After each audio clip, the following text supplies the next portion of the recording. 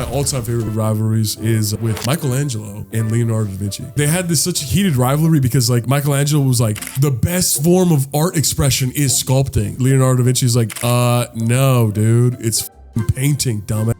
Michelangelo, listen, he focused a lot on the penis area. The reason why all these like extraordinary sculptures of men have really tiny penises, because back then, if you had a big dick, everyone thought you were a dumbass. I must have been a dumbass back in the day, man. I was a fucking moron. As a Mexican Latino, cucumbers are a staple of our household. Absolutely. You cut it up, you put tahini and lemon. Yeah. Is there another thing you ever added when you were young? Because I used to do this all the time, and it feels like people think it's weird. Okay, what is it? Farmer John wieners, raw. Bro, I know we both grew up poor, but you grew up weird.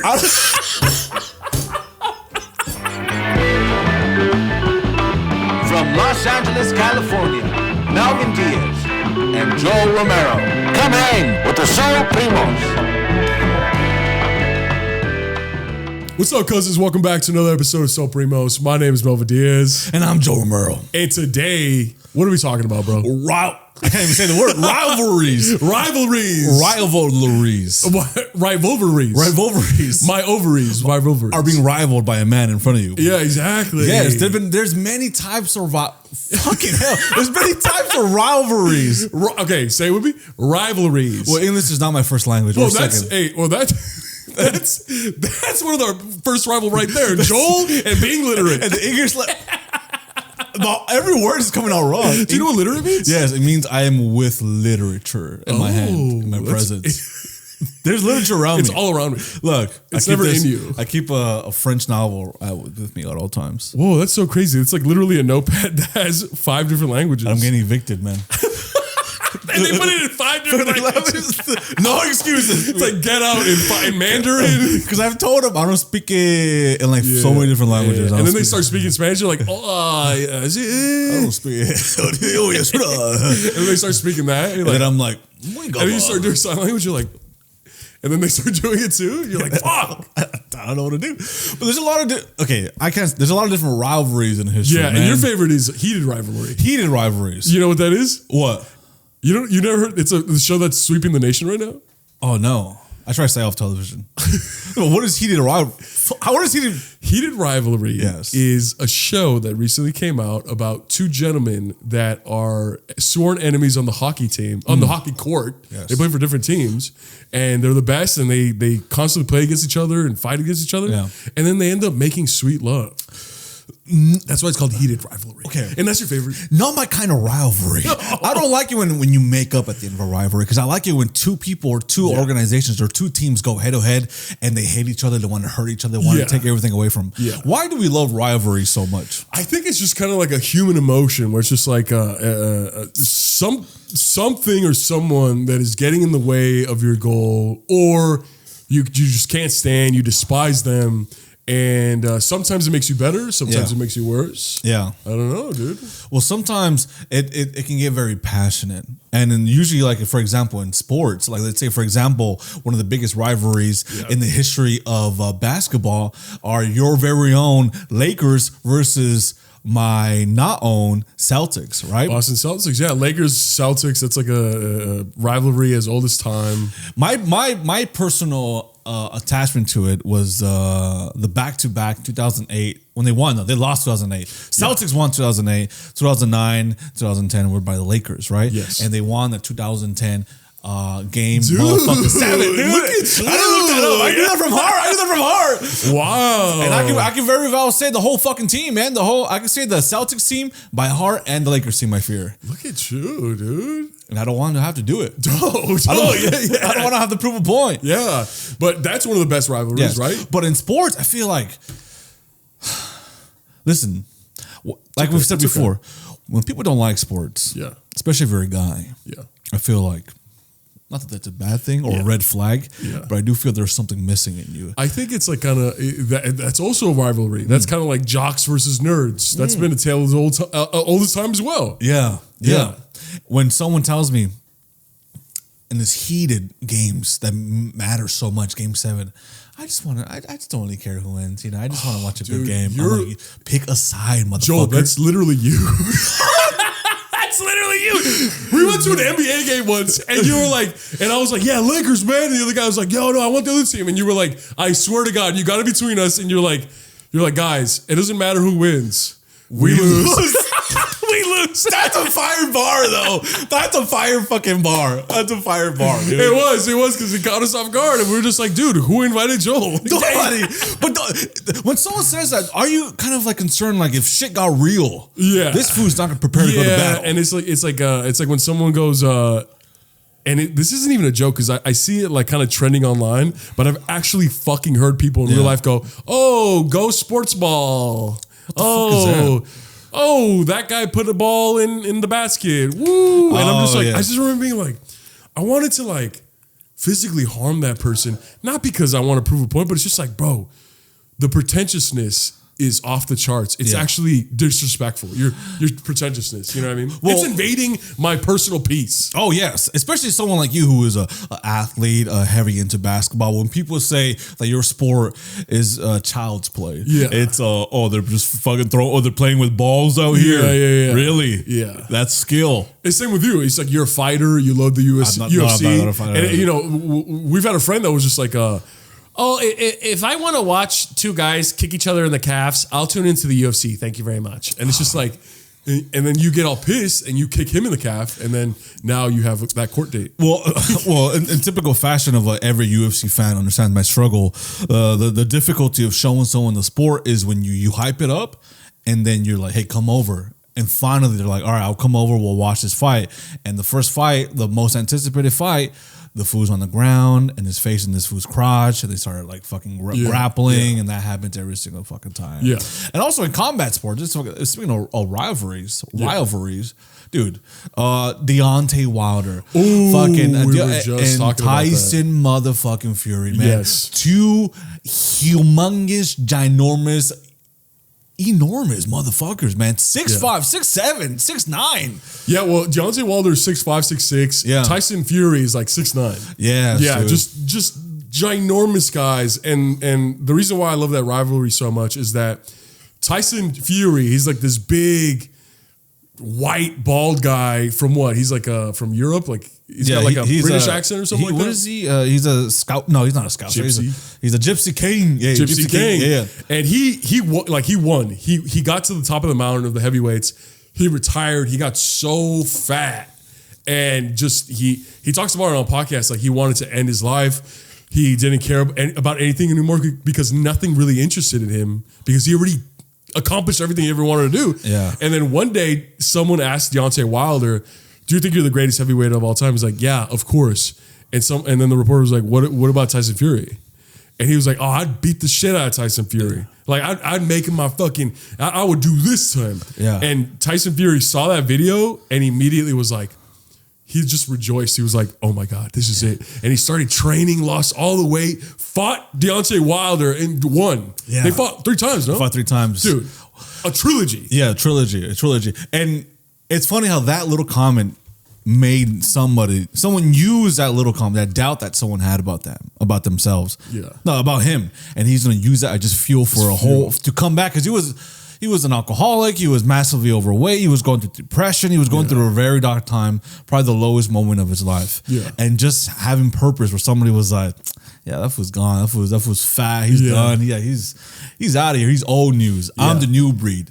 I'll never forget, like they were both bleeding and then they got close and Tyson Fury licked the blood off of the second fight, Deontay Wilder's face. And I was like, dude, this guy's the real deal. You're like, that's familiar. That's like you recognize that movie. You're like, hey, Tyson just like me, boy. just like me. And then before we keep going with the rivalries, shout out to our sole primo that always supports who's the best, Hecteezy. Yeah, Hector, bro. He's the one that gave us the idea to do rivalries. And we asked on our Instagram, like, what do you guys want us to do? Please leave a comment down below what you want us to do. A lot of people were like, have a guest, have this person on, do this, cook that, go to this place and record, do the vlog pod. And incredible ideas. And so shout out to Hector. Like, we actually listen to you guys. We love you guys. You guys are so primos and primas out there. So shout out to him. But what's your favorite rivalry? Oh, man. Of all time? So, man, dude, I mean, it depends. Is it sports? Are we talking about sports? Are we talking about in the arts? because I have an artsy one. Talking about in real life? Oh, talking about real life, yeah. Or rivalry with my older self. Rivalry with my old self and my new self. Oh my god, Bro, am I being pretentious right now? No, you're being attentious. Is that a word? Yeah, I'm being contentious. Oh, that made me sick to my stomach. That made me sick to my stomach how profound you are. Yeah, but one of my greatest rivalries, and people might not even consider a rivalry, is of the arts of between John Lennon and Paul McCartney. You might think, wow, those two guys were in the John Beatles. Legend? John I'm being facetious. Forgive me. Yeah. John Lennon, maybe I mispronounced it. Yeah. John Lennon and Paul McCartney. And you might be thinking to yourself, those two guys were in the greatest band of all time, bar none, without a doubt. Ask everybody the greatest band of all time, the Beatles. And you're like, yes. But there was a little bit of a rivalry, especially with John Lennon towards Paul McCartney. Now, these are two massive. I had no idea. Oh, of course. You couldn't really tell from the outside. Yeah. These are two masters of their craft. Right, and everybody in the band was a master of their craft, but John Lennon and Paul McCartney were the driving force of the band. Yeah, but obviously they had a beautiful relationship. They had a beautiful partnership. They would make so many great songs. Paul McCartney said there was never a dry session. They never sat down and wrote songs and were like, we can never get anything. They always wrote something. But, near the middle of the band and near the end, John Lennon started to get really tired of Paul McCartney because he was bossy. He didn't like the songs. He didn't like his style of music, yada, yada, yada. For some reason, he almost started to hate on Paul McCartney, right? And there was this almost internal rivalry where it was like, okay, why is his song going to be on the A side? My song is just as good. Why my song on the B side? Because Paul McCartney had the little happier the little jingles and more upbeat, more general audience. Yes. Where John Lennon's music was a little sadder, right? So even when they broke up, they started doing diss tracks to each other. John Lennon wrote a song called "How Do You Sleep," and then I forgot the name of the Paul McCartney song. I think it was called "Ram." They were talking shit about each other. So they were Tupac and Biggie before Tupac and Biggie. Exactly. Yeah. John Lennon was the only in the song. He's like, all your songs are trash. The only really song you did that I really liked was "Yesterday." But he actually wrote it in a very much nicer way, right?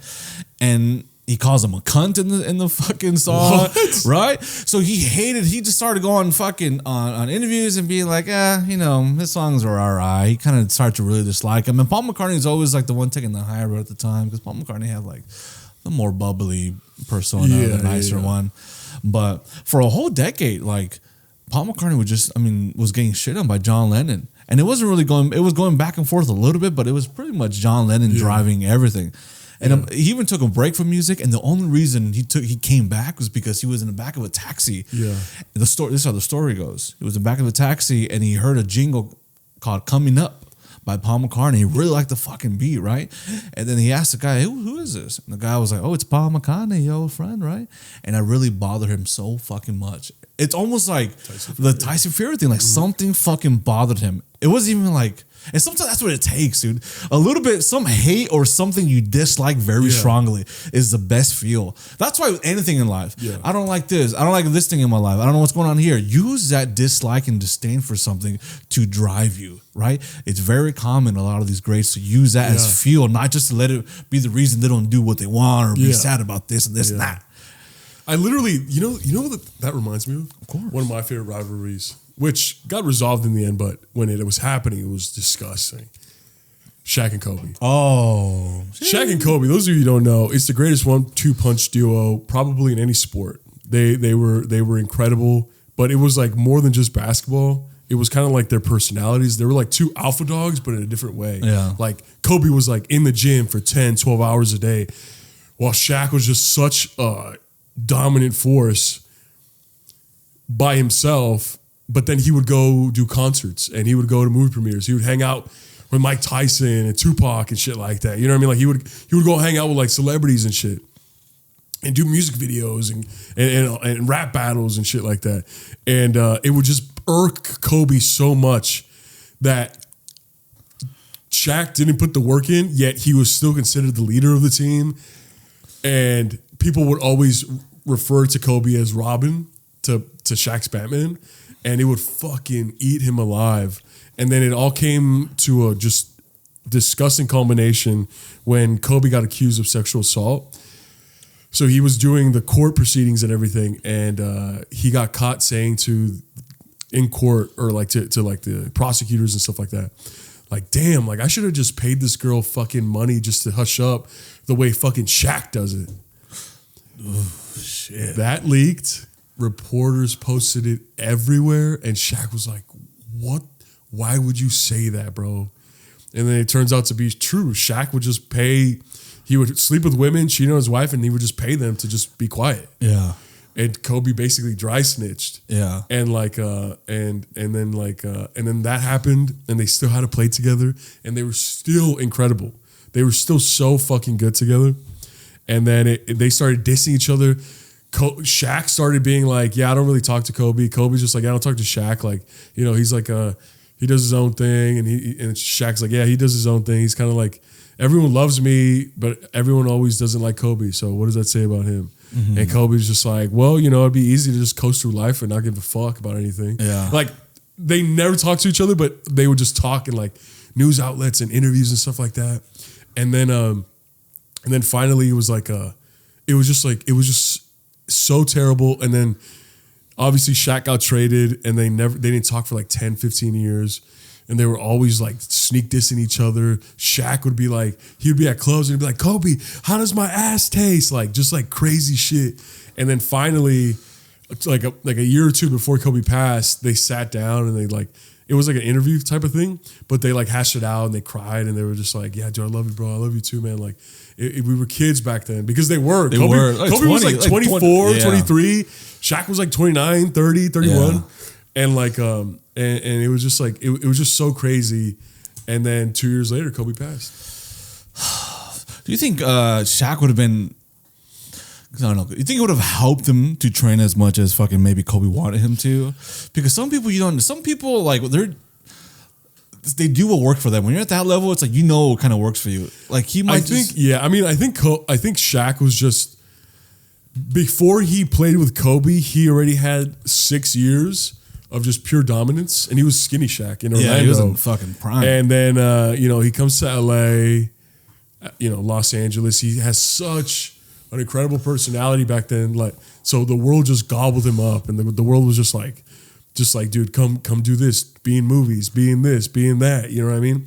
While Kobe was just like a psychopath, just trying to better himself each day. And I think, I mean, Shaq won 4 championships, and he was one of the best, if not the best, center of all time. Like, maybe he says maybe. Kobe says it as well. He's like, if Shaq worked as hard as me, we would have won 10 championships. Yeah, but they didn't. I mean, but Shaq always says like, but I won 3 championships in a row. Yeah, and I won Finals MVP, and I won an MVP, scoring title. I'm number 13 on the all-time scoring list. You know what I mean? Like, so it's like, it's one of those things where it's just like, maybe, you never know, maybe. Yeah. But it's like one of those games of maybes. But that reminds me of John Lennon and Paul McCartney, where it's like they're 2 completely different people. Yeah. And they worked really well until they didn't. Yeah. And then they just started hating each other from afar. Yeah, they just started and they're such in the public eye, so they say things about each other, and like they go on interviews. People ask them, right? They could try to get something out of them. They say things in the public eye, and they make fucking. I mean, back then, yeah, you just go on an interview, then it goes on a newspaper, and then can't imagine now, like you say something now, it goes on Twitter, it goes on Instagram. Every account has an Instagram. Every news network has like 5 different Instagram accounts, and that goes everywhere. And it's like, damn, bro. Especially now, you got to watch what you say. I know, even like if you hate someone and someone asks you, like, what do you think of this person? And you go, no comment. That's already like, no comment. Yeah. Whoa. It's like you don't win. You don't win. It's a lose-lose. Unless you just lie. But I feel like, depending in that situation, I don't know. I feel like you just got to lie. Yeah. If like someone asks, if someone like you're fucking famous and you obviously dislike someone, it's been known for like a decade, you don't really like someone, and just be like, yeah, he's amazing, he's great, he's fantastic, he's so great, he's my best friend, I love him, he's on his way now, we're gonna kick it tonight, we're gonna go bar, we're gonna go bar hopping. Wild, dude. You know what I mean? If you say, yeah, I mean, I'd rather not answer that. Like I heard Tom Cruise hates Brad Pitt. For what? Yeah, for like decades. Why? Because they did that movie together, the vampire one. Oh, I never seen that one. Me neither. But what you call it? They both played vampires, and they were just constantly clashing on set. And then Tom Cruise vowed to never work with Brad Pitt again. And Brad Pitt was just like, I never even want to think of Tom Cruise after this. They still, but like they do that shit where just like, it's just like, oh yeah, Brad, yeah, you know, he's great. I was like, Tom is great.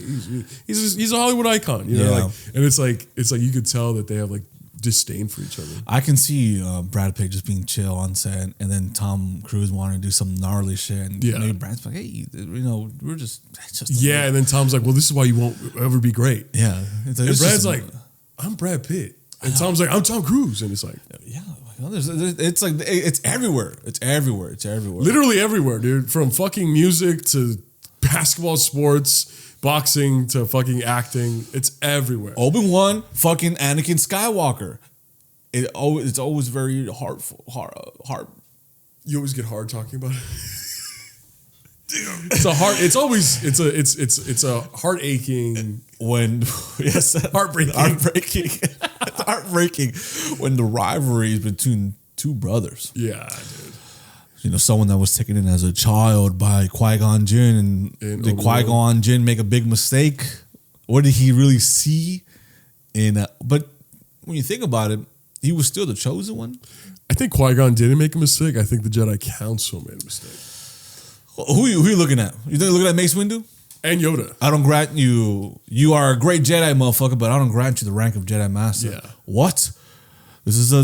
What does it say? This is a fucking disaster. This is a disaster. This is blasphemy. Blasphemy. Shut your bitch ass up. This is madness. Okay. Here we go. Where's that from? Oh wait, that was Mace Windu. Mace Windu talks like that. Fucking the Jedi can't talk. No, Yoda. Your bitch ass. Oh, Yoda. Shut your ass up, bitch. You are. Is that the right way to say it? Wait, you're like piecing it. Shut your bitch ass up. Dude. What if he talks shit to Mace Windu? How would he say it? Black ass, shut your bitch ass up. You will. Shut your bitch ass up. You will. Hey, listen. Anakin deserved a lot more. He deserved more respect. Yeah, I think he deserved more love. More love, because even since he was a young child, I think there was doubt cast all over him by the Jedi Council. Yeah, they never really gave him. They never really saw him for what he was. Yeah, they kind of maybe like they blamed him for Qui-Gon's death, and maybe Obi-Wan blamed him for Qui-Gon's death. Yeah. So like, you know, even though Obi-Wan loved him, he always kind of had that like maybe like this resentment. But I don't know, dude. That's a really good rivalry. But it's a rivalry. But I think it's one of those rivalries, and this happens in real life. You might not even know you're in a fucking rivalry. That's what's so crazy. Like I think I'm in like several rivalries that I have no idea about. All right. To be honest with you, with who, man? I don't know. I mean, if I knew, I would say. I just don't know. Think hard. Think really hard. There's this one guy in college that thought that I was like making moves on his girlfriend, which I wasn't at all, but he accused me of it. And I was just like, dude, no, bro. And I tried to sit him down and be like, hey, dude, you know I would never do that. Like, I know she's with you. And then I didn't want to be like, and I don't find her attractive, but I didn't say that. And I was expecting him to be like, I appreciate you, like fucking, but he spazzed out even more. He called me like all types of fucking bad words and shit like that, and I was just like, that pissed me off. So I was like, so what? And then I doubled down. I was like, so what if I do? What you gonna do about it? Even though I had no intention. So that wasn't really a rivalry. You were just being a dick. It was heated. It was heated rivalry. You were just being an asshole. Yeah, and then like he got in my face, and then we just started making out. So it was kind of like similar to heated rivalry. I would rival that if I was there. And I'm heated. If I saw that at a party, I'm like, man. Oh, dude. Or like a lot of people love like the, you know, tropes. Yeah. It's like the enemies to lovers tropes. Yeah. You know, I like seeing that too. Or is that Mr. and Mrs. Smith? Well, that's lovers to enemies. Okay. I haven't seen the movie. What's a good example of enemies to lovers?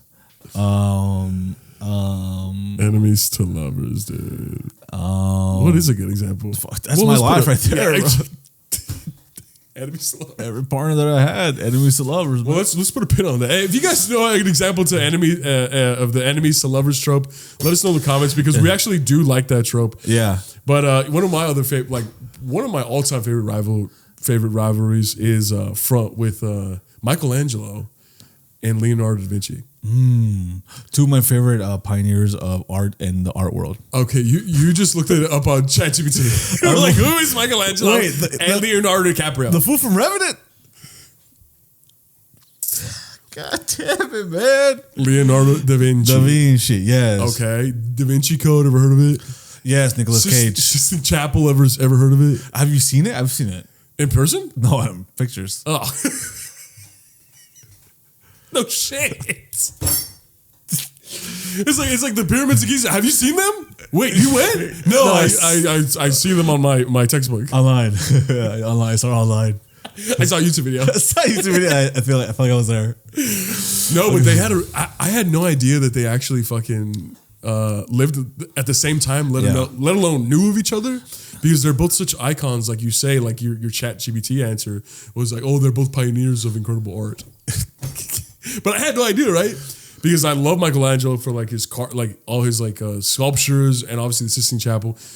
Leonardo da Vinci is like one of my favorite artists because he's like so good at everything, and he was so ahead of his time. Like he invented the helicopter before electricity even existed. Yeah, I think. Oh yeah, well definitely. And like he was into medicine. Painted the Mona Lisa and all that stuff. But even though Leonardo da Vinci was like way older than him, he was probably like 39 or 40 years old when Michelangelo was like in his early 20s. Like he was already kind of established, and Michelangelo was like this young hot shot. He had like a big temper. Like he would spaz out. You know what I mean? Like some artists that we know in real life, like they would just spaz out. Yeah. And to the point where they had like when they would pass by each other in like alleyways, they would fucking start talking shit to each other to the point where they'd be both yelling at each other. That people from like down the street can hear, and they would have to come and break it up. What era was that? This must have been in the 1500s. It was not the Renaissance, right? Yeah, I believe it was. How do you spell Renaissance? Man, fuck you in Renaissance, man. Renaissance language. Okay, you're on ChatGPT. Well, first of all, I spell Renaissance, which is crazy. That's a rivalry with that too. How do you fucking spelling? Yeah. How the fuck you spell? Okay, no. How do you spell Renaissance right now? Let's go. RENAS. Wrong. S. Wrong. IANCE. So wrong in Renaissance. so many different ways.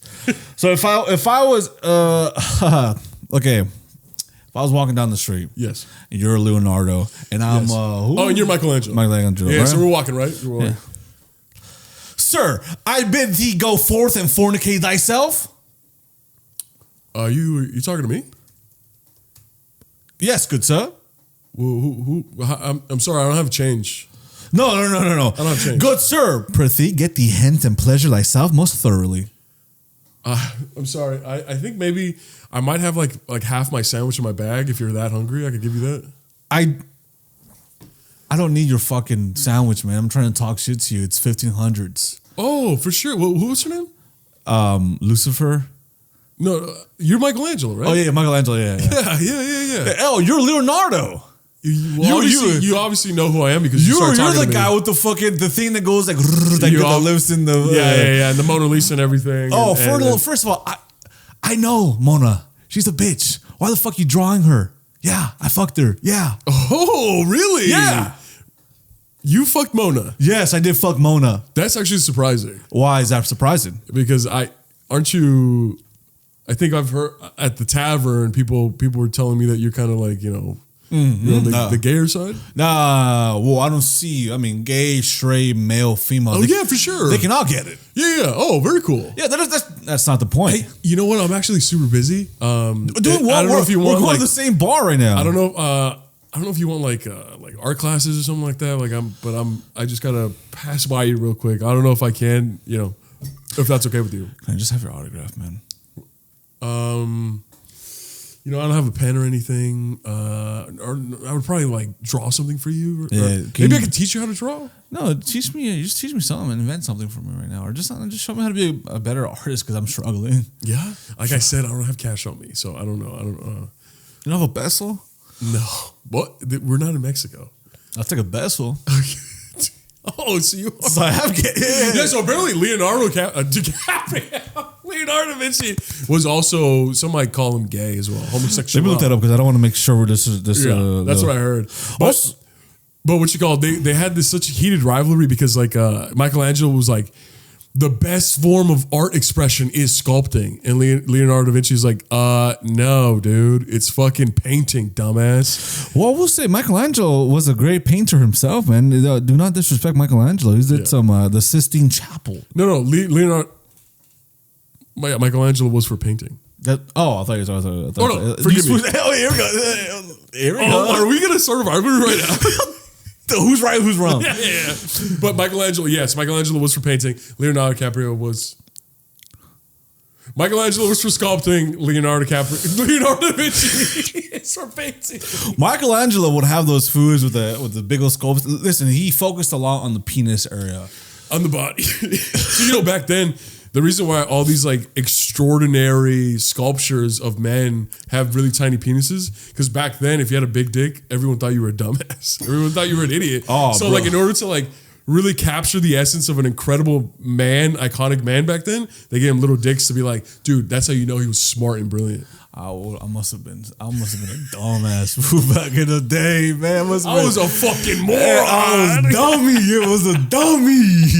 I'm stupid, man. I was a dummy. Hey, make sure people know I'm stupid as fuck. Dude, it would be hard to focus. I'm assuming they just gotta. You know how when photography first started coming around, people had the reason they were just like this is because. It took a long time to get the light to come in. Yeah, that's why it's so rare when you see like pictures of people like 100, 150 years ago of them smiling. Yeah. They must have been smiling for like an hour. I can't imagine the first picture of someone like this.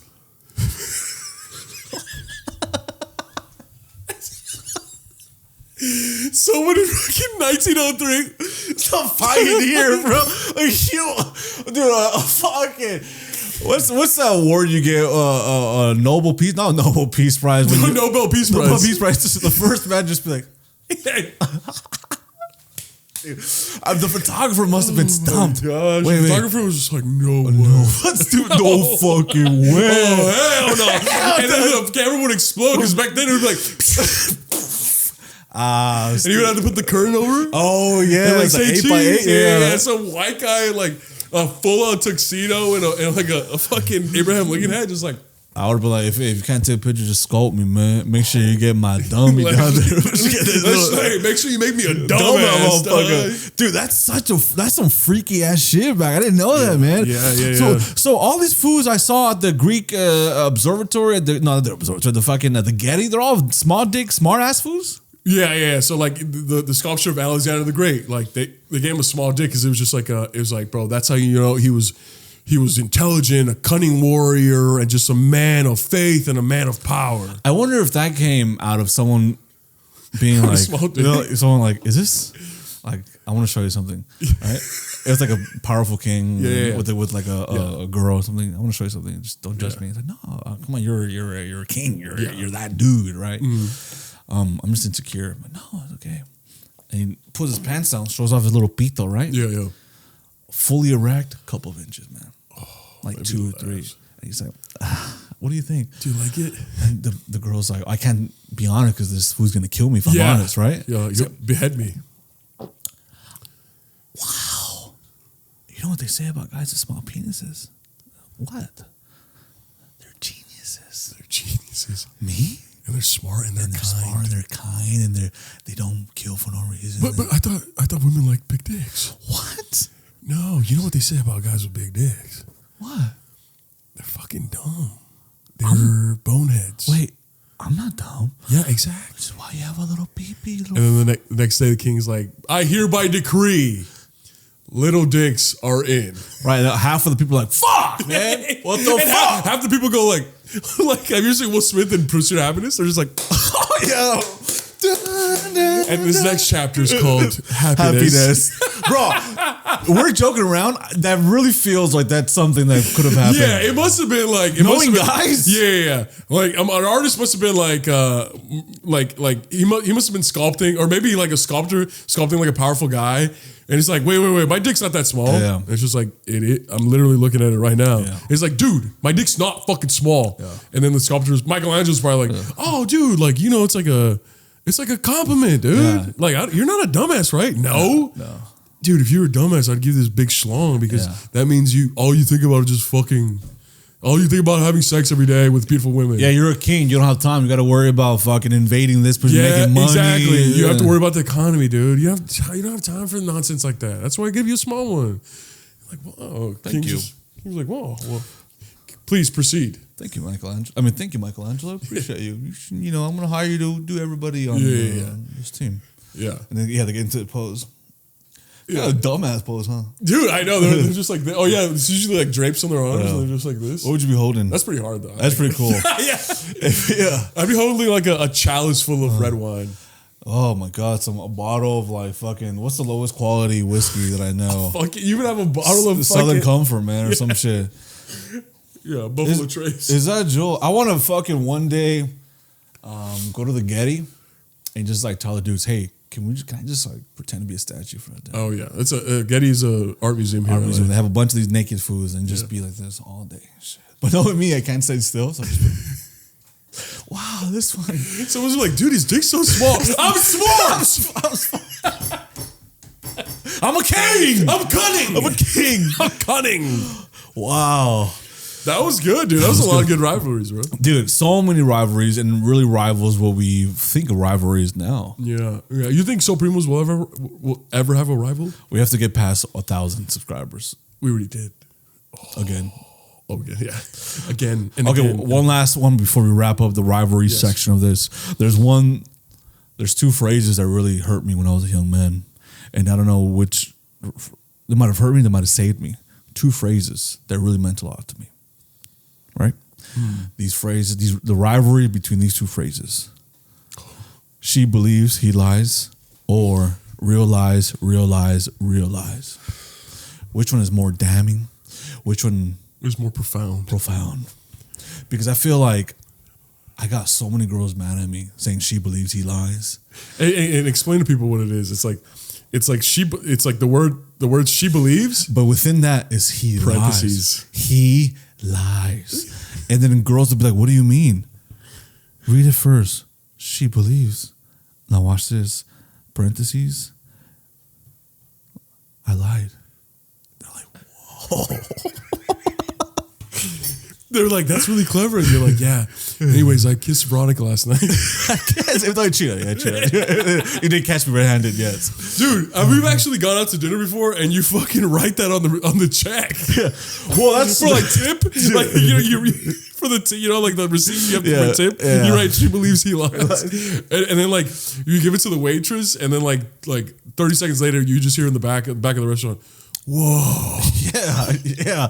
I just leave it's like I'm leaving a crime scene, man. Yeah. It's like, those movies where like the hero is walking away from this huge explosion. Yeah. It was a fucking badass music.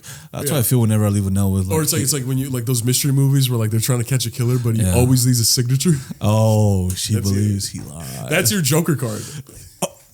She believes he lies. Every time you cheat on somebody, she believes he lies. He lies, man. I mean, I like that one for sure. It's very funny, I think. Very profound. I'm on the side of realize. See, that one, okay, explain to me why that one. So realize. Okay. So your real eyeballs, realize, like epiphany, like, oh, I just realized this. Realize. Lies that are real. Real lies. Real liars, real lies. Realize. Because yes, she believes he lies. It's cool. But it's only for couples. It's only for man and women couples, heterosexual couples. While realize could be for anyone on this planet Earth. Gender fluid. Very progressive. A lot of fluidity in that term. You know what? I never thought about it like that. Yeah, I think it encapsulates a broader concept a broader audience, broader pain. Because, and what I love about these two phrases, regardless, it's gonna hurt, man. You just gotta figure out which pain, which Pick your poison. which suffering you prefer. Yeah. Realize, like, oh yeah, real lies. I did realize the real lies that you've been told your whole fucking life. Yeah. By who? And then you can literally look at everybody. You, me, the parents, father, daughter, everybody. Even her. Why her? Because she believes. Oh, what does she believe? He's lying. That's what I'm telling you, dog. Yes. I think, if I'm being honest, I think she believes he lies. Is the first movie. The sequel is realize. Yes, that's what I was thinking. It's like step one. She believed his lies. It's a 1-2 punch, kind of like Paul McCartney and John Lennon and Kobe and Shaq. Bro, we solved the world's mystery. Dude, we just realized the real lies with our real lies. Come on, dude. Oh my God. And that concludes the rivalry section of this episode. I guess we gotta go to I don't know. Do we have like a thing that we do every episode or every other episode, or like a, what's it called? Soul searching. Soul searching.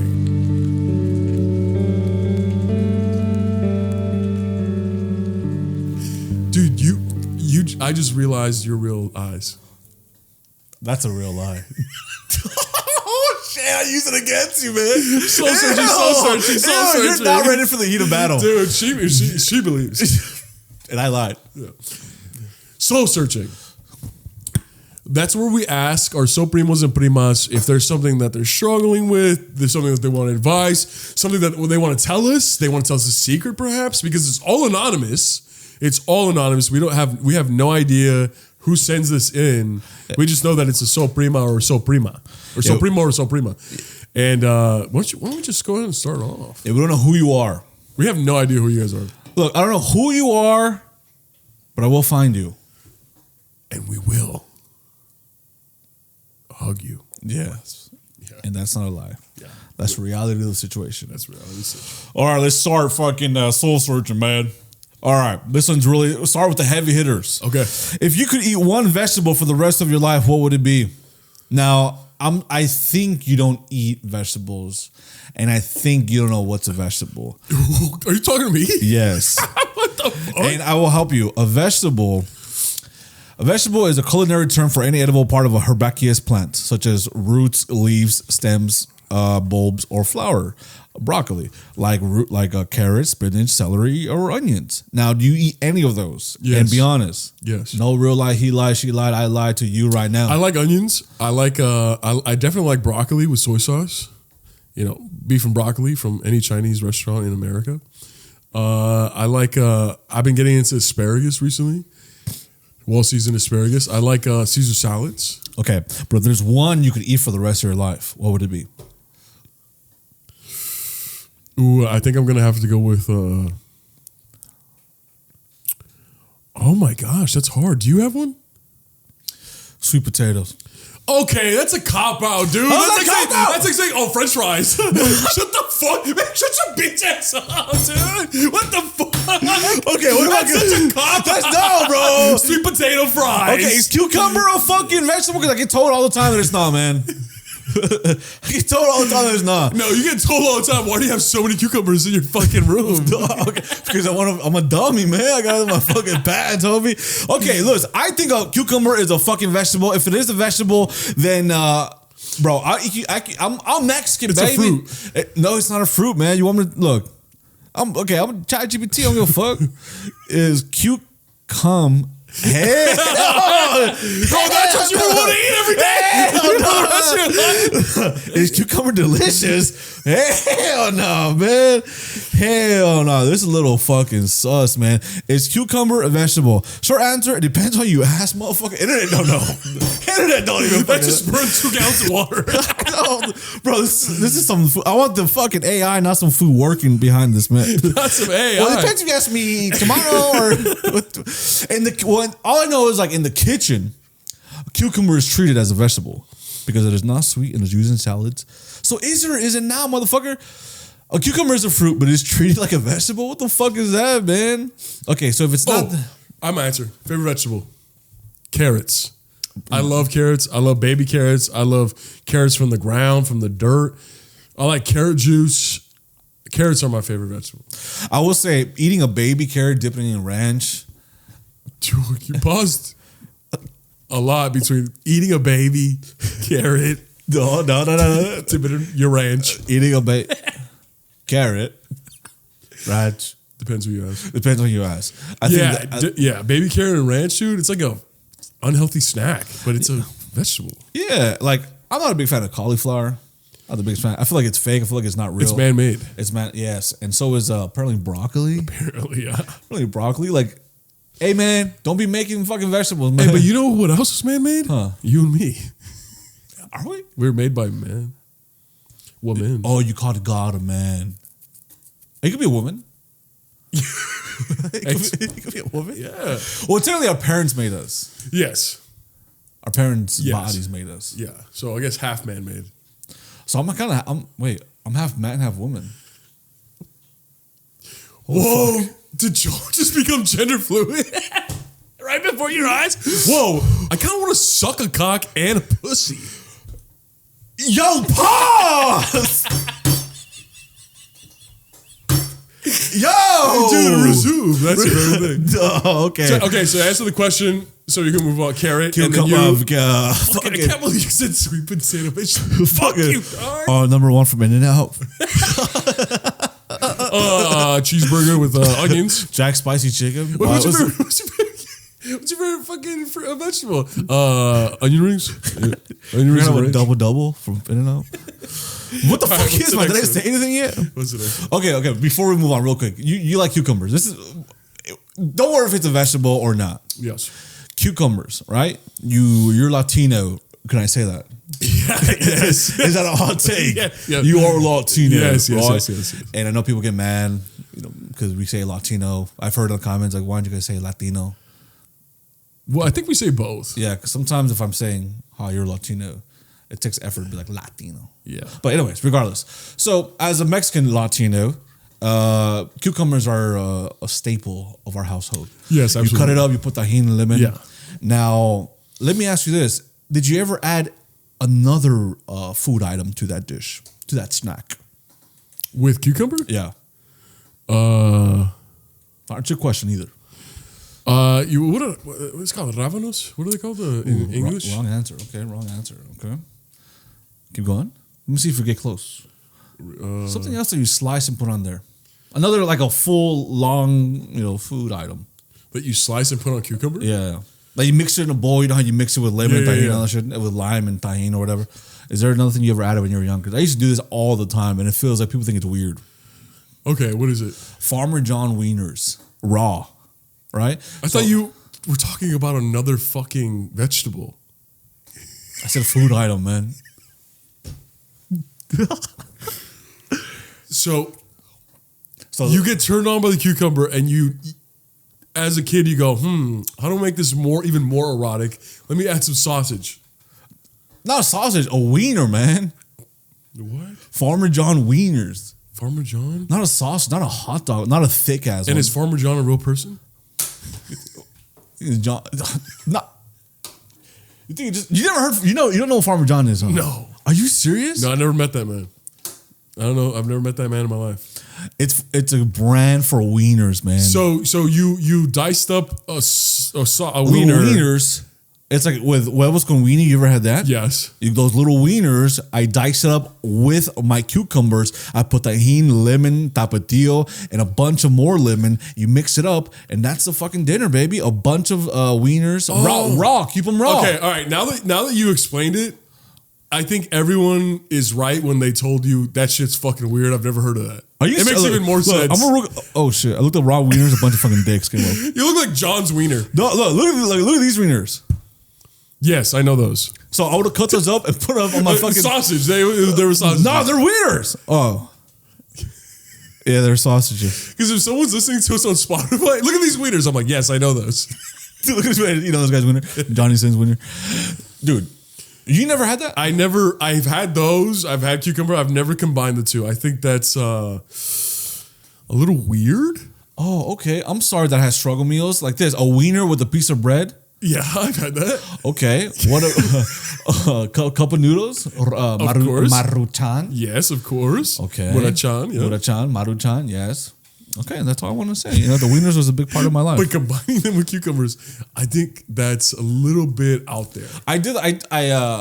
Like, why did you even enjoy that? Like, it's a good texture. Like, do you like the fresh, watery cucumber with the salty sauce? Because that wiener sucks up all the juice. Two big things. No, they're cut up at this time. The wieners suck up all the juice, and then when you eat them both, you get a liquid water, and you get like fucking juice from the wiener, like the lemon and shit. I'm gonna have to say, I think that's a unique experience just for you. No, I don't think let me anyone know else. if you had weenies with cucumber as a struggle meal, because I showed my girl, I made it for her, and she was like, "Bro, this is just wieners and cucumbers She was combined." like, "Who are you?" Yeah, this is just wiener. Why would you eat this? I'm like, "Cause it's good. It's good." And she was like, "Oh my god, this is what you ate as a child?" And you're like, "Yeah." And she's like, "Oh." I thought, bro, like, is that weird? I know we both grew up poor, but you grew up weird. Dude, what the fuck? Out of 3-story house and shit. Somehow I struggled more than fucking. Oh my gosh, I can't believe I've never heard of that meal, dude. I thought you were joking. Okay, before we move on, you're also Latino as well, right? So with your coca, Coke, did you ever put cacahuates on them? Oh my god! Did I grow up in the fucking?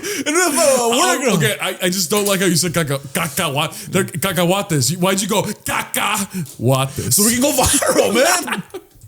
No.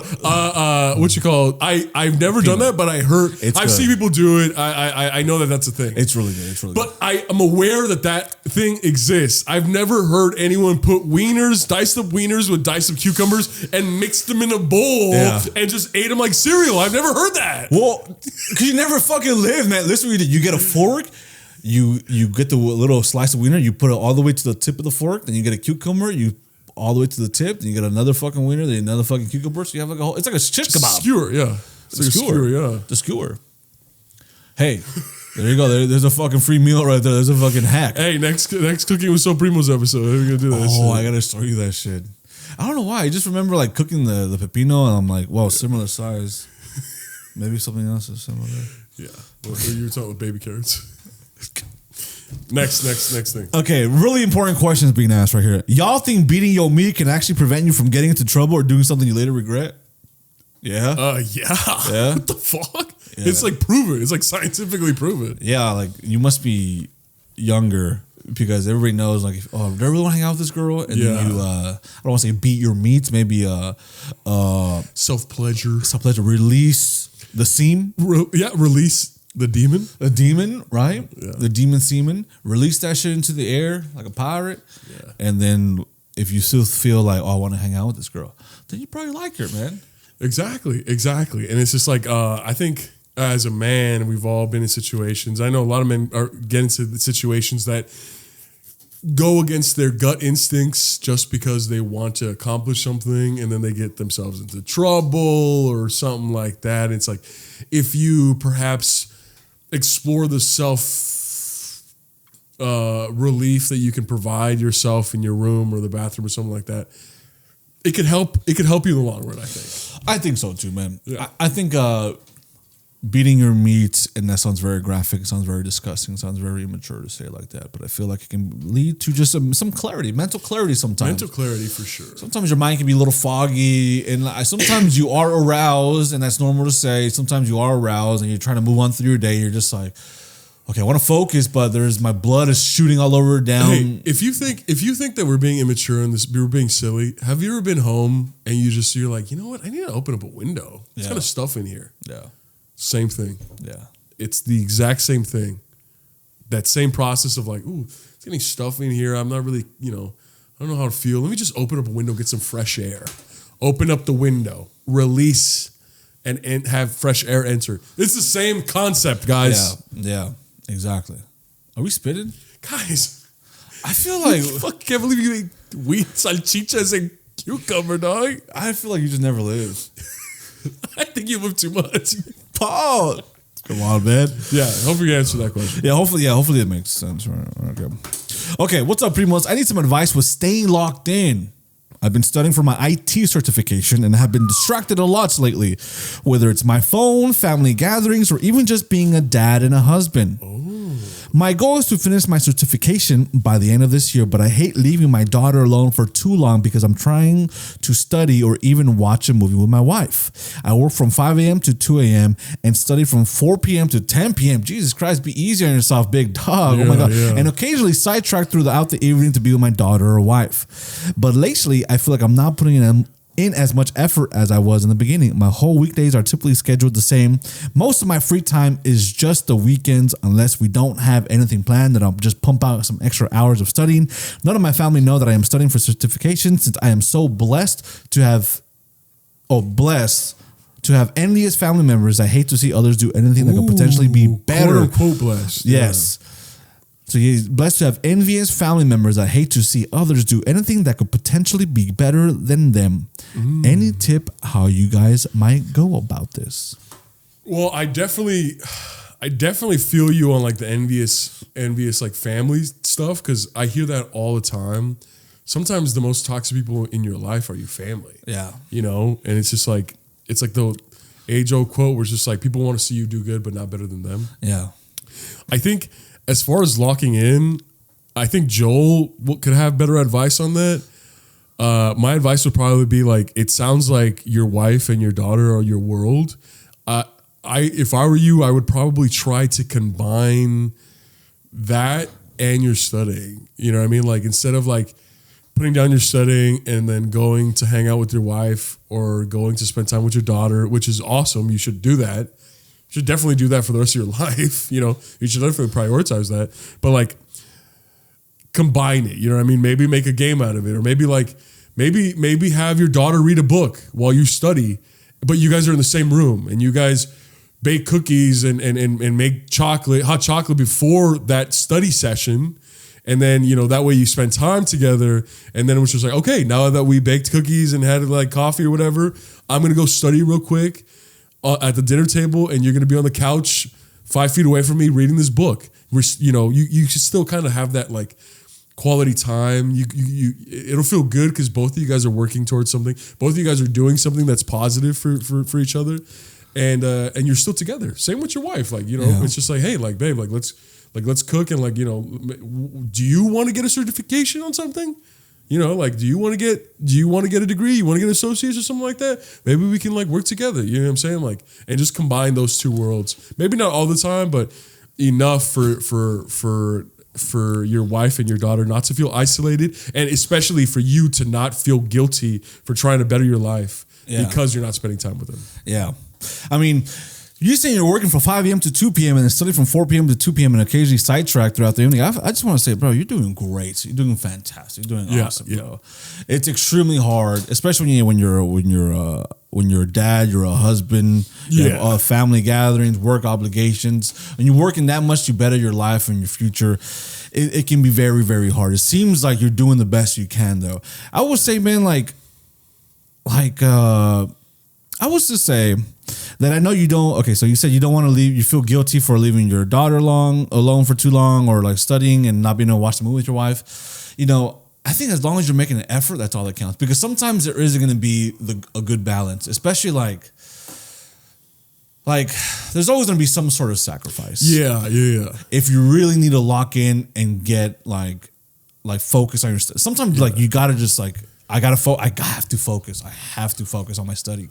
So, you know, your wife hopefully should be understanding, and then maybe your daughter might not be as understanding because she's younger. Or I don't know how young she is, but sometimes it's just gonna be a little bit difficult. But you have to talk to them like, I love you guys. We can hang out afterwards, or I'll make it up to you. But right now, I just really gotta focus and study. And it sounds like you're having negatives come from both worlds, whether it's like your love world, where it's just like the negativity is like, oh my gosh, I really hope that my wife and daughter don't think I'm neglecting them, and I want to spend time with them. That's love. That's the pain that you get from love. And then you also have the pain of like, wow, my family's supposed to be my like support system and my sanctuary, yet they're so jealous and evil. So you have that side of pain. But to me, it just sounds like you have like two inspirations. Yeah. You have, you know what? I love my family so much, my wife and daughter, that I'm going to keep bettering myself, not only for myself, but for them. Yeah. And then on the other side, you have that type of thing where like, you know what, dude, my family doesn't want to see me succeed. Fuck you. Like, fuck them. I'm going to succeed regardless. Yeah.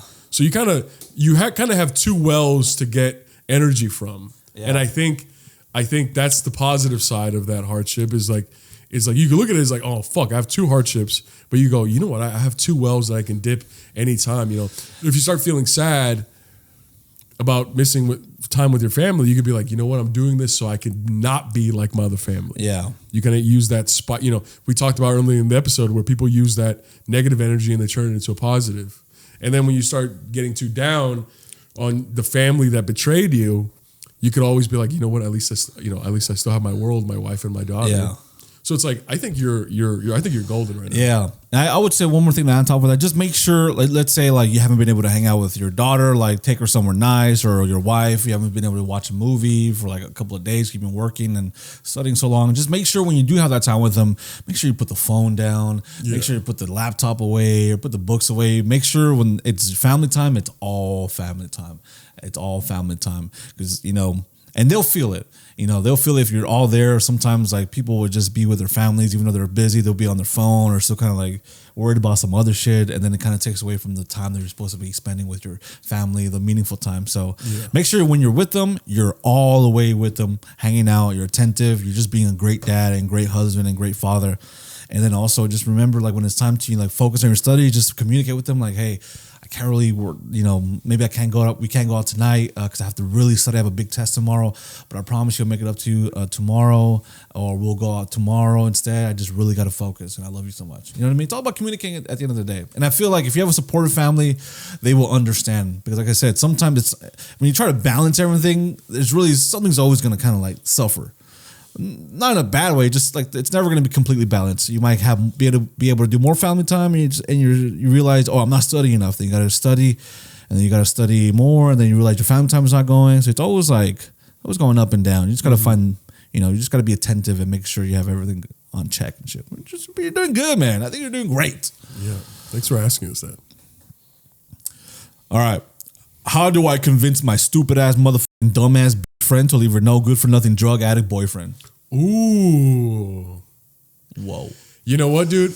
I've been in this situation before. Oh, I've never had a drug addict boyfriend. Never had a drug addict partner. But I've had someone that was close to me that had a piece of shit partner. Yeah. And I didn't want to tell them, hey, dude, like this person's like really bad for you. Like, you know what I mean?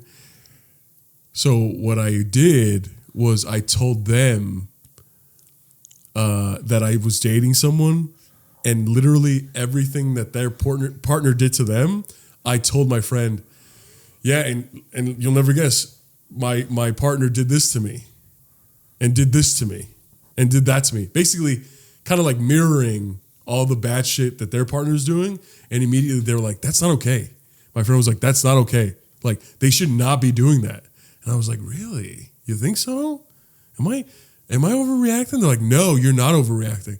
And I was like really hoping that they were going to be like, oh my God, like my partner's like that. And eventually they did break up. So I don't know if that helped or worked, but that's what I would do. Listen. Or you could be like, oh, you know, I have a cousin that's like going through this, and just literally say the exact same shit that your fucking friend is going through. Listen, I think like sometimes people just be having stupid ass motherfucking dumb ass bitch ass motherfucking boyfriends. You know what I mean? Sometimes people have to learn the hard way. People have to learn the hard way. No matter what you tell them, what advice you give them, they're gonna think their situation is very unique and very different than what anybody else has ever fucking experienced. That no one gets them. Their love is special. This is special. You say something to them and they're like, my friend said this, and then they'll be like, they just don't get us. And he should be like, oh, you're right. Sometimes friends just have to learn the hard way.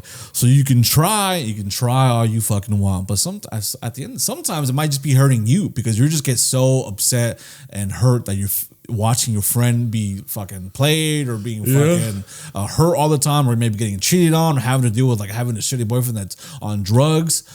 So sometimes you have to make that tough decision. Like, listen, I love you, but I can't. If you're not going to listen to me, if you're not going to take our advice, like you see what he does to you, I can't watch you go down this path. I can't see you get worse and worse and dive deeper into this toxic relationship. Sometimes you just have to create distance between you and one of your best friends, and because it's just, I don't know. There's a point of being a good friend. Everybody wants to be a good friend, but sometimes people just don't want to listen. Yeah, sometimes people don't want to get helped. Listen. People don't want to get help. Joel's spitting, dude. Everything Joel just said is 100% on the nail.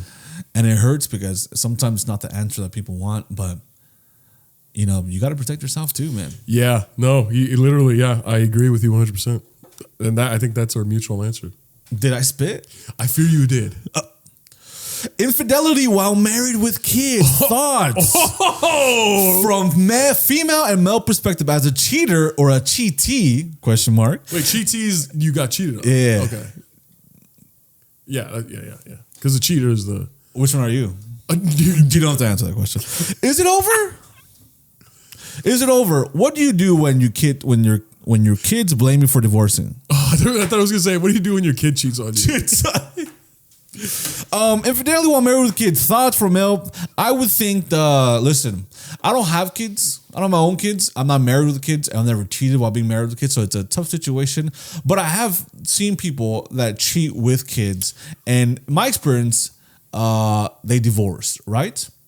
And everybody wants to stay for the kids. Everybody wants to do that. But I feel like it does way more harm to stay if you hate your partner, if you're in so much pain. I feel like it does way more harm. I've seen that. I've seen the opposite. I've seen it where it's just like, I've seen people cheat on their partner while having kids and getting married, and then they stayed because people always, we did it for the kids. We did it for the kids. And you're 100% right. Where it's just like, most time it does way more damage than just a simple clean divorce. Yeah. Because sometimes it's like, your kids look up to you and you're like, my mom just got cheated on and she took him back. Yeah. So what does that do for a girl's psyche? Yeah, especially like if the daughter's always gonna kind of see you in a different light. Yeah. And the boy might be like, yo, man, I just cheated on somebody, and she still stay with him.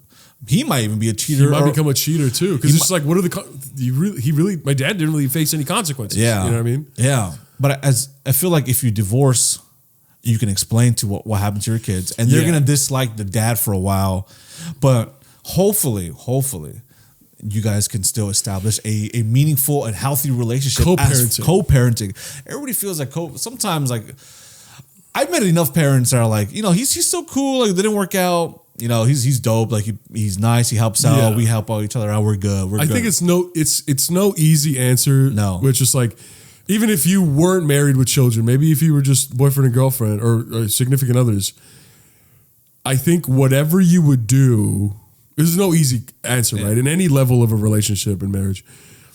But whatever you would do when you were boyfriend and girlfriend, I think it should be the same if you were married and had kids. So like if you were in like a 3-year relationship and you find out that someone cheated on you, if you would stay in that situation because you're like, we could work this out. This is not the end of this road. It's just a bump in the road. I think and the phrase "keep that same energy" has a negative connotation, but keep that same energy and mindset in the marriage. But if you would break up with a 3-year relationship or 2-year relationship, and you because that's a no go, that's like an instant end of a relationship. You shouldn't let being married and having kids get in the way of that decision. Yeah. Basically, is what I hope I explained myself. Yeah. And I do feel like, this might sound stupid as fuck, but I do feel like I get that. Okay, maybe you want to, people make mistakes, but if the mistake is like, I fucked her, and I fucked her like the next week, and there was like a literal affair. Or it's just like, I've been seeing her for 9 months. Like, no, it's just like that's and just end it, end that shit. I can maybe see like, damn, I went British for a little bit. I was like, I can maybe see like, oh my god, like, I don't know. We just got fucked up, and then like I just saw him walking around in the bar. And then randomly, like he just kissed the girl, and then the fucking this, and then he was like, "What the fuck? I don't remember that I was drunk, right?" I could maybe see that, right? But if someone's like, "Yeah, yeah, you got me, you got It's me," like, yeah, I've been sleeping with my coworker for the last 6 months. It's just like, okay, yeah, we're done. Yeah, there's no don't. The kids will respect the kids. As long as like it's gonna be hard for everybody, but you communicate with your partner or your ex, and communicate with your kids. And just because you're always because think about it, like let's say you stay because of the kids, you're always gonna have even though you don't think it or you don't say it, but in the back of your mind subconsciously you're always gonna have a little resentment for the kids. Yeah, you know what I mean. So now every time the kids fuck up, you're in your head, you're like, but I've sacrificed so much for you. I stay with someone that hurt me for you. Yeah. And the kids, it's not the kids' fault. The kids gonna be like, what the fuck? I didn't fucking cheat on you. Like, yeah, you made that decision, man. And then it's just it becomes a toxic nightmare. Yeah, for everyone involved. So I would say whether it's a male, female, wife cheats on you, husband cheats on you. Don't let kids in marriage get in the way of. Yeah, if you feel like this would cheat on me hardcore, and that was like I do not no tolerance for anything. Just break up, male, break up, marriage. Your kids, it's gonna be okay. Even with the kids, they're gonna love you. They're gonna love each other as long as there's a healthy relationship with the co-parenting. Okay, hey Primos, love talking this way with you guys. Tee. Well, we love talking this way with you guys too. What? That's a clue. Who is that? Tee. Michael Jackson? Michael Blackson? Mother sucker. Yeah. So recently I had a falling out with my roommate of 2 years. To make a long ass story short, I realized how less of a friend he was becoming over the months and how he would only do things with me or hang if he was getting something in return. We've had tough conversations in the past about him not only breaking my roommate boundaries, parentheses, keeping clean consistently.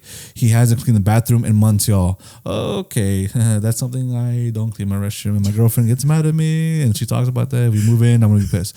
I've kept clean and realizes that she's been taking advantage of that. My last straw happened at a buffet a weeks ago. Well, buffet.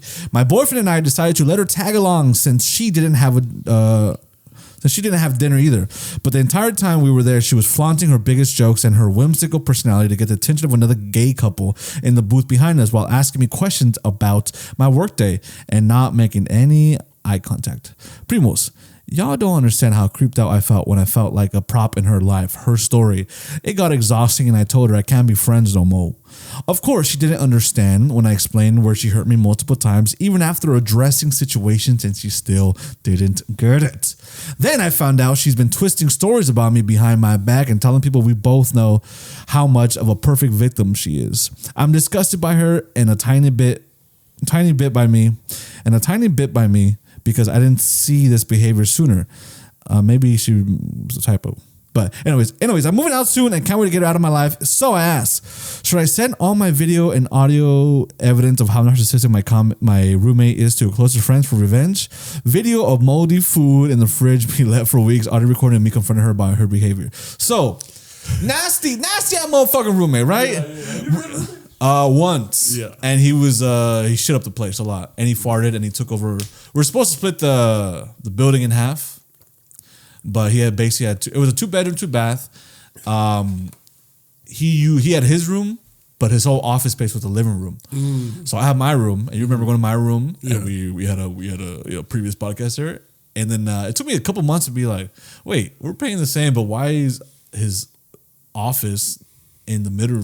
In the communal area. Yeah, and I can't I can't hang out with my fucking girl there because he's working right there, you know what I mean? Yeah. So, but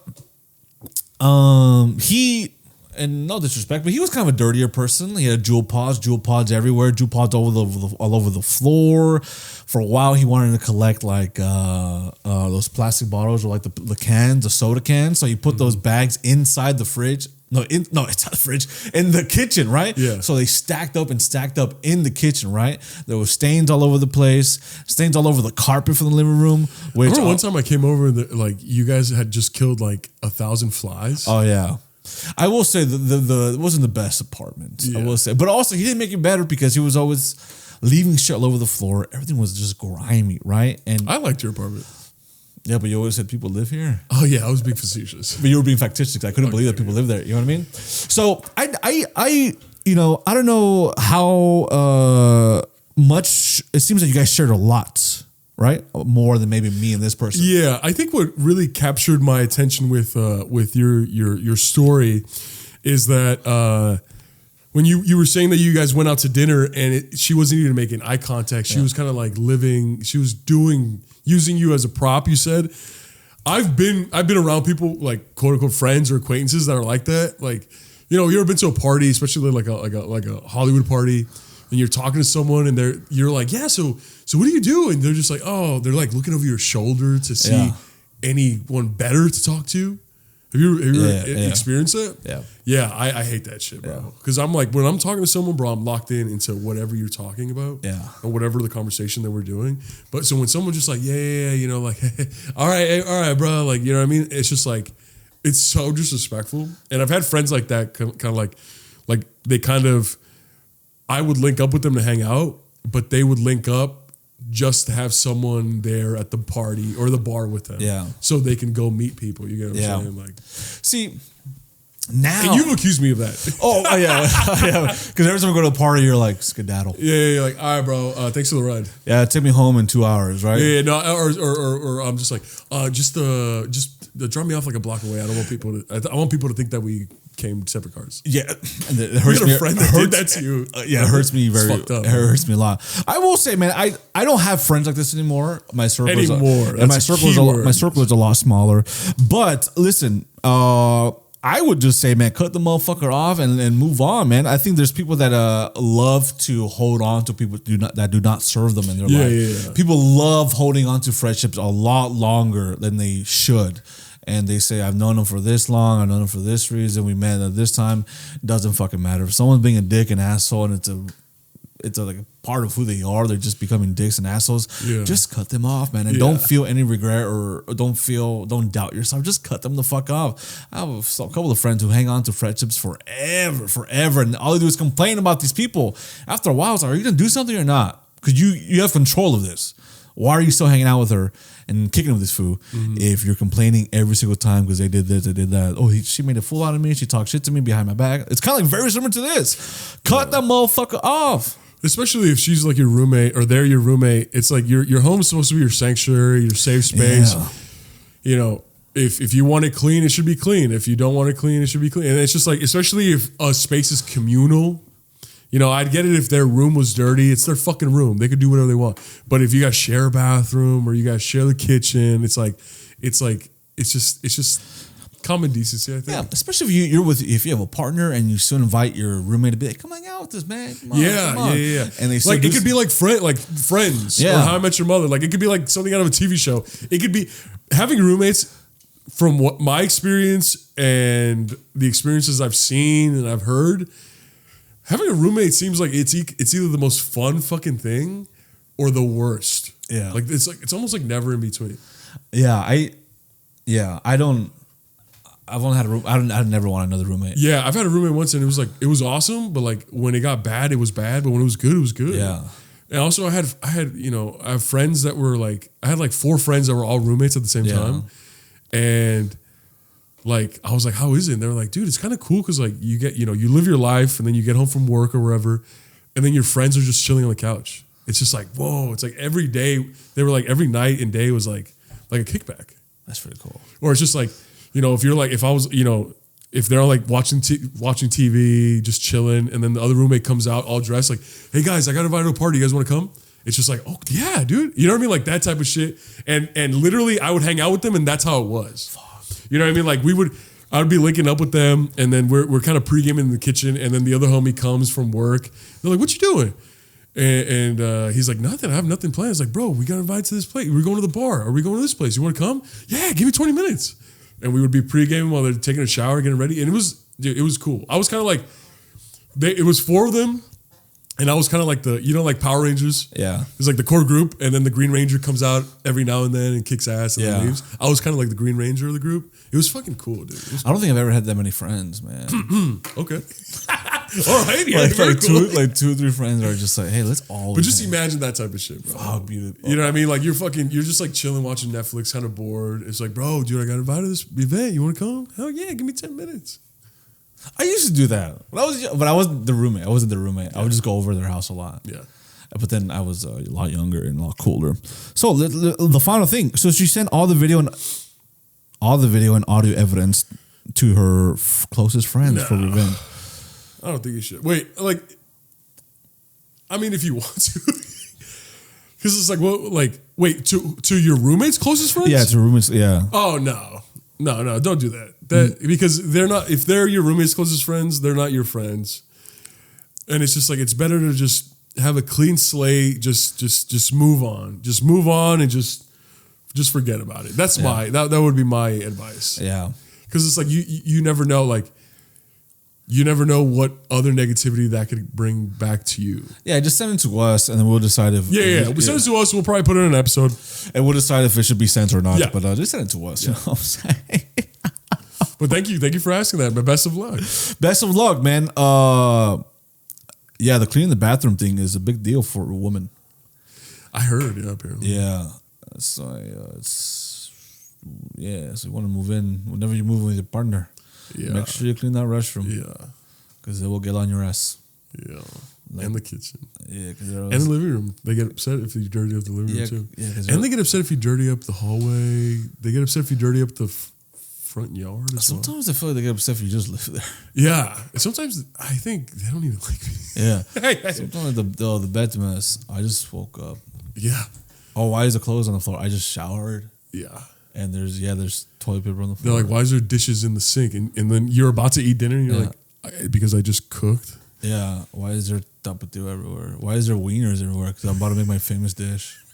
I'm about to make Joel's famous two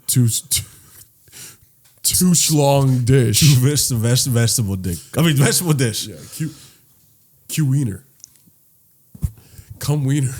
I'm about to make Joel's signature cum wiener dish. Come with me to make cum wieners. That's a new Instagram post. Yeah. And we go to Walmart and then we just get cucumbers and then the sausages. We need to try that in the next cooking episode because there's no way it's good. Okay. What's the next one? Primos with soul. Whoa. Never heard that. Whoa. Yeah. Wait, that's our Instagram handle. Cousins with soul. Cousins with soul. Yes. How do you deal with life changes and getting older? I am old. I often reminisce on old times. Now you're speaking my language. I often reminisce on old times when things weren't so serious. I've got a baby on the way now, and I feel like life is on 2x speed mode, man. How do y'all deal with certain chapters of life closing and new ones starting? I think congratulations on having the baby on the way. I think 2 points. You said life feels like it's on 2 speed. Yeah. I think the biggest, and it's scientific, it will help you. It's to try new things. That always slows down the time processing in your brain. It makes you think, it makes you feel like you've lived longer. It makes you feel like you're in the moment, which you are when you try new things. And the second thing is when you're like, you said, how do I deal with chapters closing and new ones beginning? I think it's just the mindset.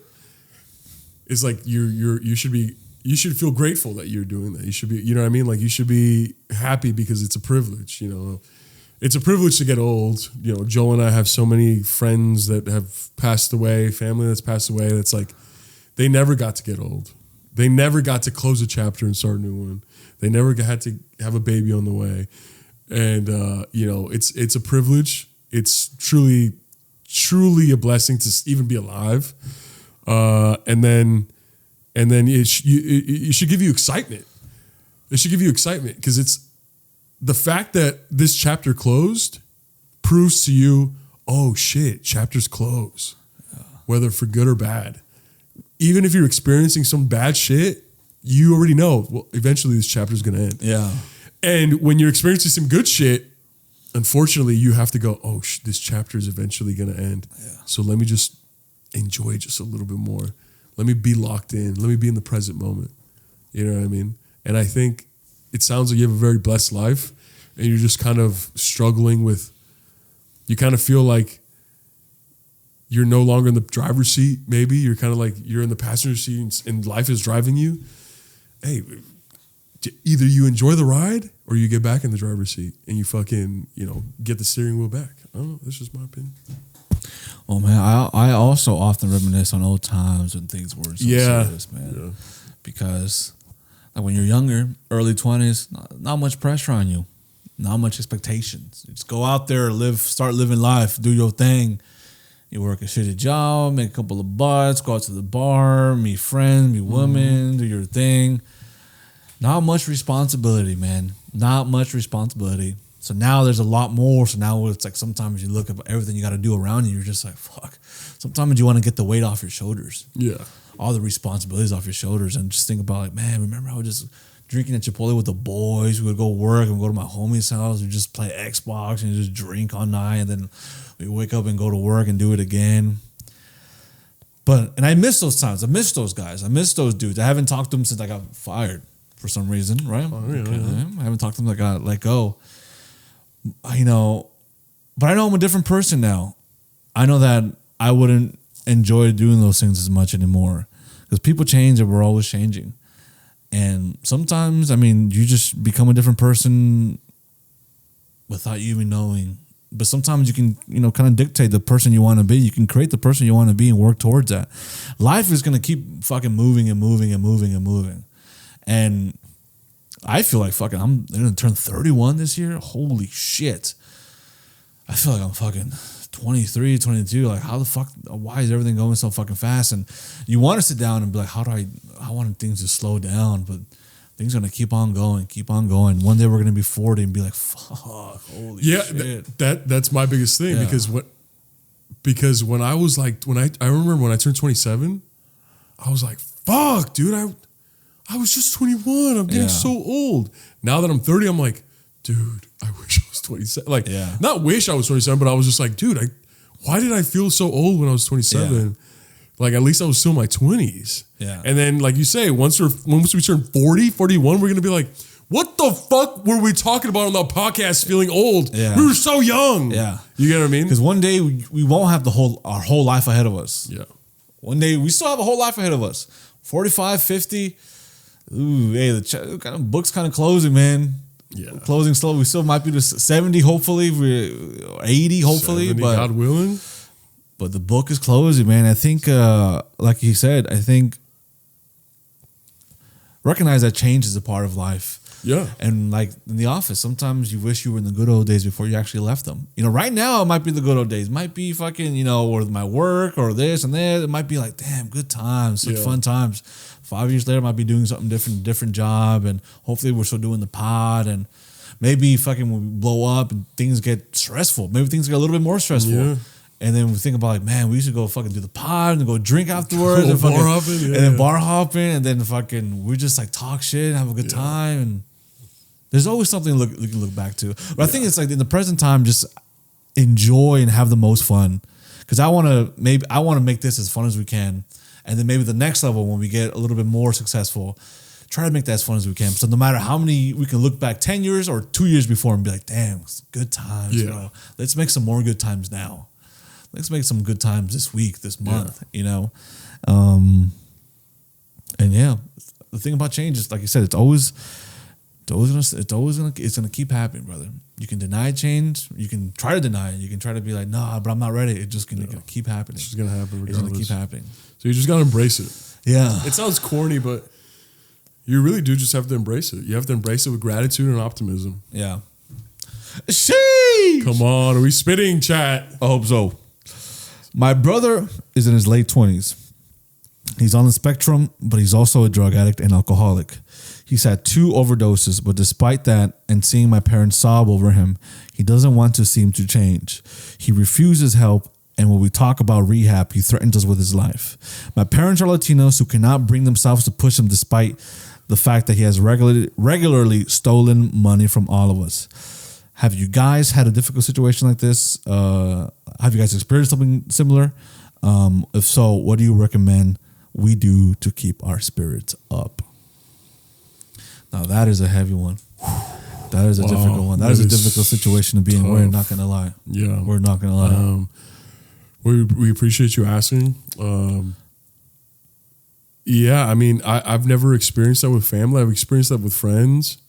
And the advice that I can give you from my experience is that don't take anything personal. I think when someone is heavily addicted and, you know, people, this is kind of like a hot take, but people think it's a disease. A lot of people think addiction is a disease, and a lot of people don't.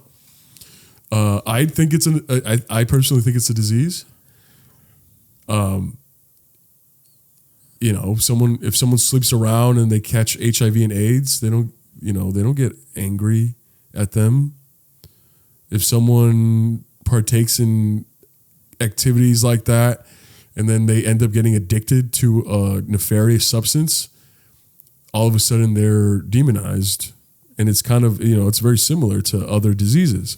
But my advice that I could give you is to support your parents, because Latino parents, it's very difficult for most to convey their thoughts to, especially you said it's your brother, so their son. They give a lot of leeway to sons. You know, my parents I've messed up so many times, but my parents give me more leeway than my sisters. And it's not, they don't do it on purpose. I think it's just, they're Latinos and it's their son, you know what I mean? And I think my biggest advice to you is to not take it personal. I think he's, you know, it's above you, I think. I think you can't help someone that doesn't want help. You can only just love those that are able to receive your love. So get closer with your parents, talk to your parents, be there for your parents, and hopefully they could be there for you. Hopefully you have a sound ecosystem around you. You know, you have good friends. You have a tight circle, kind of like what Joel said earlier, like, you know, a tight circle with friends that you can trust, friends that you believe in, friends that you're proud of. You know, if you have a significant other, like hopefully, you know, it's a healthy relationship. Make sure you have a healthy ecosystem around you. Make sure you prioritize yourself as well. Don't let this stop you from living life and having hobbies and loving people and loving your brother. I think, but it's one of those things where, like, you do as much as you can, but please don't feel bad if you can't succeed. Don't blame yourself. Don't blame your parents. I think it's a disease, and he can only get help if he wants help.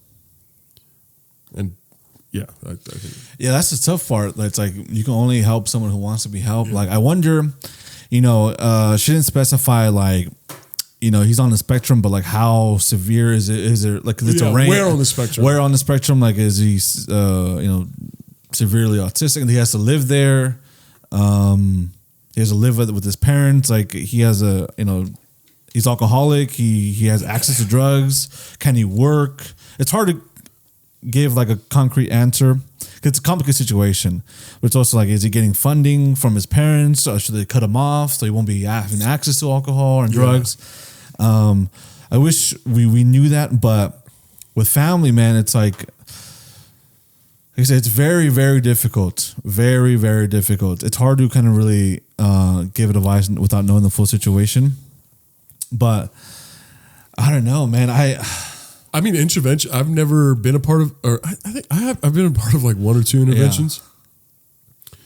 If you want to do that with your brother, maybe seek a professional. Yeah. That's that does like professional interventions, or that always helps. Yeah. And he could kind of not only guide your brother, but guide you and your family as to what to do. You know, the show Intervention, I watch that all the time, and I'm just like, you know, sometimes they make real breakthroughs, and sometimes it's just impossible. Yeah. It's impossible. And it's like, yeah, dude, I think that's the best you can do. I think it's like, it sounds heartbreaking, but it's like, it's one of those things where it's above me now. Yeah. Cause if he's denying everything, like if he's threatening people with his life, like threatening to take his life, you know, part of me is like, okay, is he just mad at somebody? Is he angry at your parents or something? Or he just like using that as like just to spite them or just to like make them fucking angry? Like, does it really mean it? So should you try to get them into like, but can you really force anybody into rehab? Can you really force someone into some treatment program? But what if you say he's a danger to himself and others? Can you call the police to take him and force him into a treatment program? There's just so many layers to it. You know what I mean? Yeah, or it's like, because if he's, I'm not saying do this. I'm just saying that I've seen people do this where it's like, if you're threatening self-harm, Yeah. that's like under the eye of the law. That's like threatening harm to someone else. So Yeah. it's like, so if you're trying to like end your life and then someone calls the cops will arrest you. Yeah. Because it's just like, hey, you try to kill a human. Yeah. So maybe if he's threatening that to kind of, if you want to try to force him in the right direction, that's a hit or a miss. I know someone's done that before. It kind of worked out for them, but it's a very scary situation. Seeing someone that's already in such a vulnerable place get taken into the hands of the law. Yeah. That's always a hit or miss. You know what I mean? Yeah. Also, maybe DM us for more information, because I would like to know, like, if we would like to talk about Yeah. it. Maybe we could I don't know if there's like FaceTime on Instagram or some shit. I don't know. We've done that with some Primos before. Because like I said, I don't know if like maybe, I don't know the situation. I don't know if he works, but I'm saying if he's getting money somewhere, like depending on how on the spectrum he Also, is. how old he is. He's that has a lot to do with something. late 20s. Late 20s? Right? Yeah. Oh, he's just like us. He just like. But I was saying, like, you know, should your family cut him off financially? You know, maybe he's getting drugs because the money's getting provided, or if he works, like, I don't know. It's just difficult. Like, what are we, like he said, you know, don't leave cash lying around. don't leave anything laying around. Yeah, man. don't leave like jewelry, nothing. Like, sounds like a joke, but it's for real. Like you know, someone that's fiending, Yeah. they'll look at anything and just look at and just see a price tag. You know? And also, like, with your parents, like, I get that you're Latino, but it's like, I know it's a Latino thing, right? But it's also like, man, maybe you got to sit down and talk to Also, them. what drugs? Yeah. that has a lot to do with it too. Yeah, because if it's I get He's alcohol. overdosed. He's had 2 overdoses. Oh, okay. So it's heavy drugs. Yeah. I would look at your parents and just be like, dude, okay, so you're letting this person, you're not trying to get him help. Enabler. You're allowing this person, you're enabling your son to ruin his life, and also cause so much pain on himself and bleed all over this family. Yeah. So at the end of the day, the people responsible are your fucking parents. It's such a tough decision It because if you're putting yourself in, like, let's say you put yourself in the parent's shoe, it's just like a lot of these parents or family members or friends that they become, quote, enablers, which is the term. Yeah. In their minds, they're trying to justify where it's just like, well, they're already going to get drugs and alcohol. It might as well just be under my roof so I could take care of him, because if I don't do it, he's going to go find someone else and he could get hurt. He's going to be out in the world. I'm not going to know where they are. Yeah. So they try to justify it. And it's just like what these professionals say. It's just like, that's just not the way. Yeah. That's not the way. You have to make tough decisions. Yeah, you really got to communicate with your parents. Let them explain. They probably already know, but you got to really hammer down that you are allowing your son to be like this, and you are helping him, enabling him to be like this. And it's not going to get any better. You're kind of babying him. You know, let him just be whatever he wants to be. Just like, hey, you're a drug addict, you've done this or that, but we're not going to do everything we can to we're just like, don't want to make you get help or go to this rehab center or anything because we're Latino and we're too prideful. It's like, bro, fuck your pride, fuck anything, fuck all that bullshit, dude. Be a parent. Be a parent. Don't worry about being Latino or being this or be a fucking parent. Yeah, do what's best for your son. This is life and death. Yeah. This is life and death. Fuck your background. It doesn't matter. And that should just, I am a parent. I need to protect my son from himself. So I got to get him into these programs. I got to call the police so he can maybe get sober up in jail, or maybe fucking go through withdrawals there. Maybe you can go through a treatment program. You got to hammer that shit down to your parents. And if they still don't budge, then, dude, I don't know. Maybe like what you got to protect yourself at a certain point too, man. What are you supposed to do? Is just kind of keep on trying and keep on trying with your parents, and then seeing them enable your brother, and then your brother's doing shit, and it hurts you, and then like your family's falling apart, and it's causing more pain. It's like, you know, how is then it's killing you too. Then the whole situation is killing you too. And how are you supposed to live like that, knowing you have so much such a black negative cloud on the back of your mind every single day. It's like a fucking something that eats at you. So I don't know. At a certain point, I don't know. I don't know. Hopefully, some of this was good. Yeah, hopefully you make, you know, like we said, prioritize yourself, and you really do wish you all the best of luck. Yes, everyone who's asked questions and stuff like that, we wish you all the best of luck, and we're always here for you guys, and yeah. Like we said, if you want to add to that, like you have, like, oh, my dad's actually, you know, he can't work. My brother's actually on this and that. Yeah. Just DM us, and then we'll respond. Or if anyone out there has been through something like this or has advice, leave it in the comments. Yes, and because everyone reads the comments, we read the comments, and you know, just maybe if you write your experience, this person might not feel so alone. Exactly. Or vice versa. Yeah. To any of the things that people have been asking, anybody that has any advice, please comments. Yeah. We all help each other out. This last one is cute. How can you tell if a guy really likes you? Oh, which is what you ask yourself all fucking day, huh? That's what you ask yourself. How do you tell if Joe likes me? Weird ass. How can I tell if people like me? Okay, here we go. How can I tell if people like me? Like me. Like me. Do people like me or they just like me? Okay, so the question is, how do you tell if a guy likes you? You'll know. Easy question. This is what I tell my sisters. I tell my friends that are girls, and they always ask, like, I'm talking to this guy, but I don't know if he's into me. I always tell them the same thing because it's 100% true. If a guy likes you, he's gonna tell you he likes you, and he's gonna his actions are gonna reflect that he likes you. Yeah. If he's over here like texting you back 6 hours later, 10 hours later, and you guys are set to go on a date on Friday, and then Friday in the afternoon, he's just like, oh, I can't make it anymore. I'm so sorry. I have to do this. Or, you know, you see him post other people. He does not like you.